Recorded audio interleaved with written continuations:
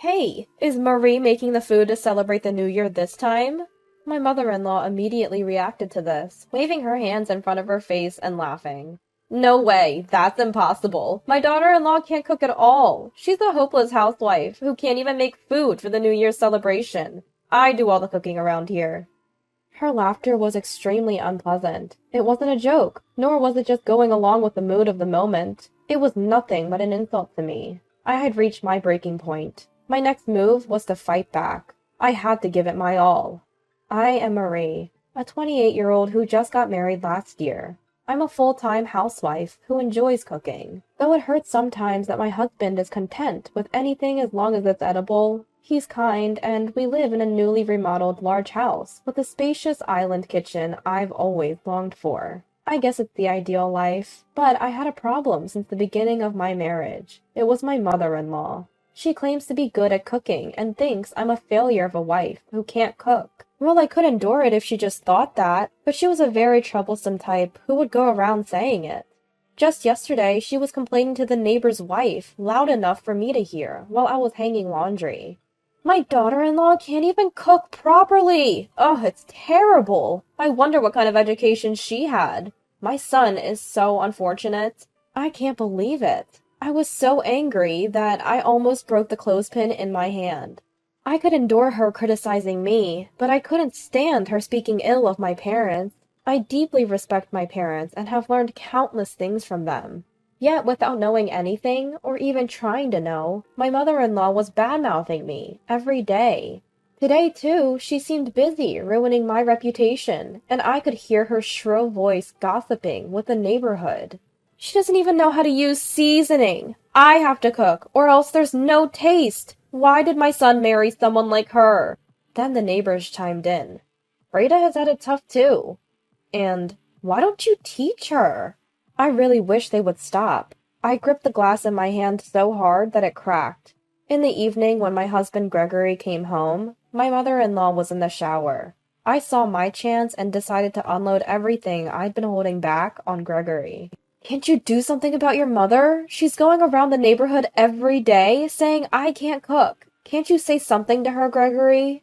As I put away the jacket Gregory handed me, I told him about my mother-in-law's behavior. Gregory doesn't particularly love his mother, and he does care for me, so I thought he would defend me. I believed he would sympathize and say, "That must have been tough." But what came out of his mouth was entirely different.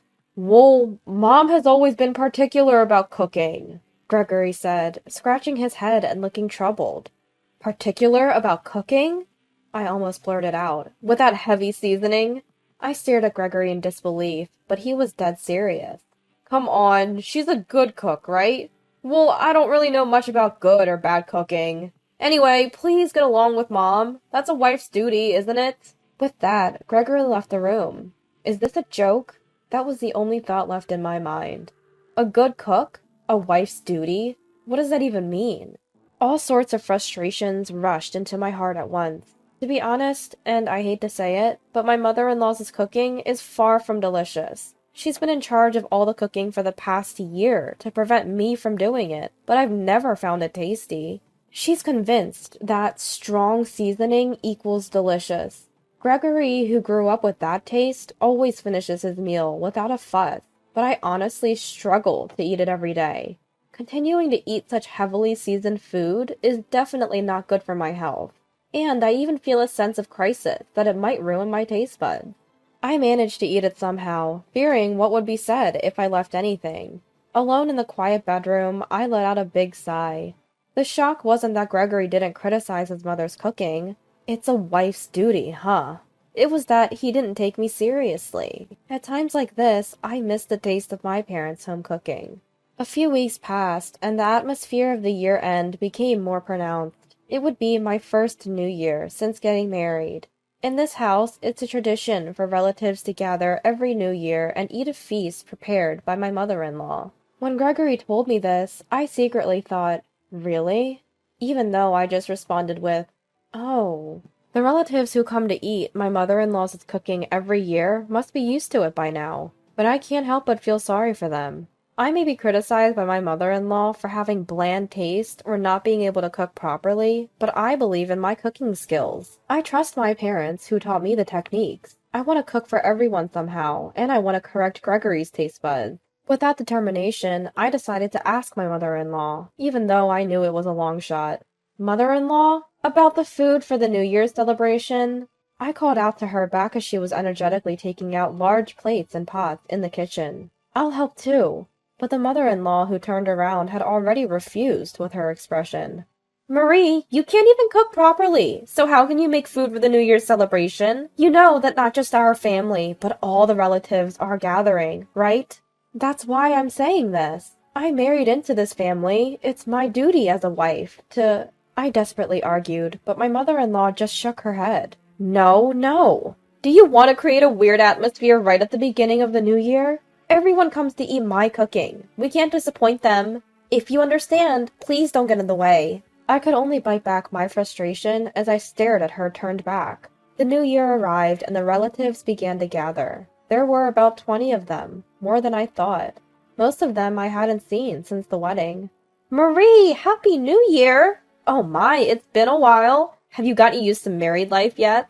I guided them to the very spacious dining room, exchanging greetings with each of the relatives who crowded in. When I first came to this house, I was surprised by its vastness, but it seems the unusually large dining room was designed for occasions like this. In the dining room, my mother-in-law was already talking with the relatives who had arrived. At that moment, one of the relatives said, "By the way, is Marie making the feast this year?" My mother-in-law immediately reacted to this, waving her hands in front of her face and laughing. That's impossible. My daughter-in-law can't cook at all. She's a hopeless housewife who can't even make a New Year's celebration meal. I do all the regular cooking, you know. Her laugh was very unpleasant. It wasn't a joke, nor was it just going along with the mood. It was simply an insult to me. I had reached my breaking point. Mother-in-law? Then please, let me make the New Year's celebration meal. If it tastes bad, how about you make a palate-cleansing dish? The room went quiet at my proposal. After a beat, the relatives began to murmur.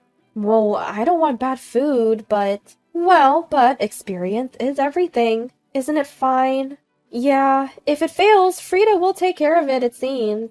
My mother-in-law, who had been silently listening to the relatives' conversation, seemed to give up, sensing that the mood was shifting towards let's let Marie try. Well then, I'll let you practice this year. Her words hinted at reluctance, but now I could cook. Ladies and gentlemen, please indulge this hopeless housewife's whims this year. Oh, I had plenty to say to her. My heart was filled with the fact that I could cook proudly in front of all these witnesses. Now it's time for a counterattack. All that's left is to give it my all. In conclusion, the cooking was perfect. Before the beautifully arranged feast on the large plates, exclamations of admiration rose from the relatives. Wow, it looks delicious! Well done, Marie! Really, this isn't something just anyone can make. Among such comments, my mother-in-law, who had gone shopping for the palate-cleansing dish, returned and glanced at my cooking. Looks good, I guess, but it's probably tasteless. She emphasized the word probably, clearly unwilling to acknowledge me, and then deliberately said, Well, I must make the palate-cleansing dish, and hurried into the kitchen. Ignoring her, I went around, handing out paper plates and forks to the relatives. Everyone, please enjoy.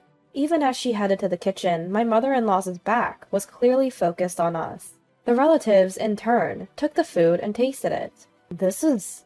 someone muttered, their voice seemingly trembling. My mother-in-law laughed as if she were thoroughly pleased.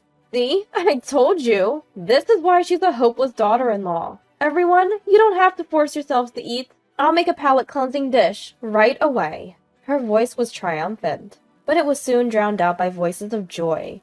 This is the first time I've tasted such delicious New Year's celebration food. This is restaurant level. It's even better. It's like a hotel course meal. Marie, where did you learn to make this? Huh? Standing in front of a lively crowd centered around the food, my mother-in-law was left speechless. Without anyone paying attention to my mother-in-law, all eyes were focused on me. Actually, I began deciding to reveal the truth to everyone. My family owns a historic French restaurant, known as a place where you can eat authentic French cuisine. It's even listed in the Michelin Guide. My father, the current 5th generation, oversees everything related to cooking, and my mother, who also comes from a family of chefs, supports him devotedly. I grew up watching my parents, and by the time I was in upper elementary school, I was learning to cook from them in earnest. My brother is set to take over, and even though I've left home after getting married, and probably won't be involved in the restaurant in the future, all the cooking knowledge I've learned from my parents is within me, and I'm proud of it. That's why I couldn't stand my mother-in-law's words and actions that denied my cooking skills. To deny my cooking is to deny my parents, and the restaurant that my ancestors have passed down through generations. That's the situation. Actually, I did tell you before we got married, mother-in-law.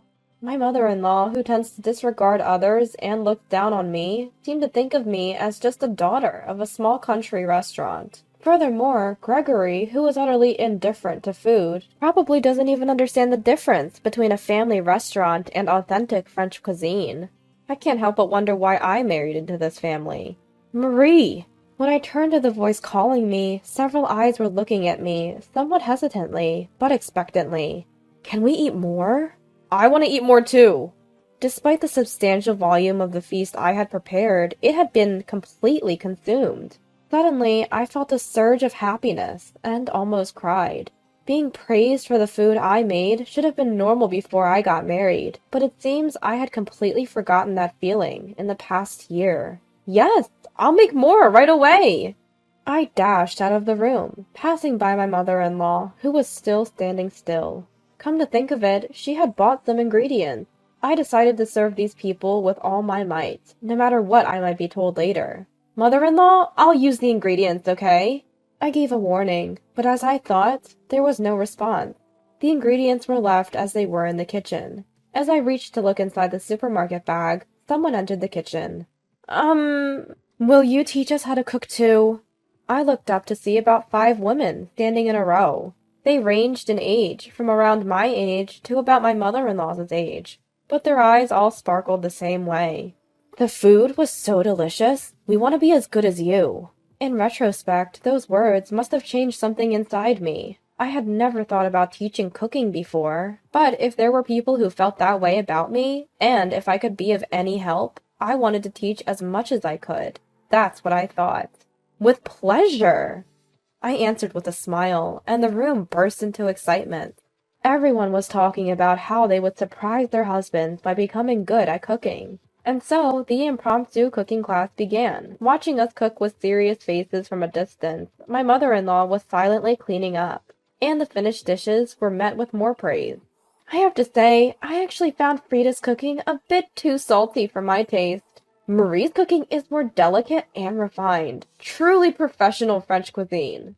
While I was happy to be recognized and celebrated by everyone, I felt a bit awkward towards my mother-in-law and smiled vaguely. She didn't interrupt and focused on cleaning up. Just as I was thinking about saying something to ease the situation, Gregory delivered the final blow. I really prefer Marie's cooking. Mom's strong flavors make me worry about salt and health. From now on, Marie should do the cooking, regularly.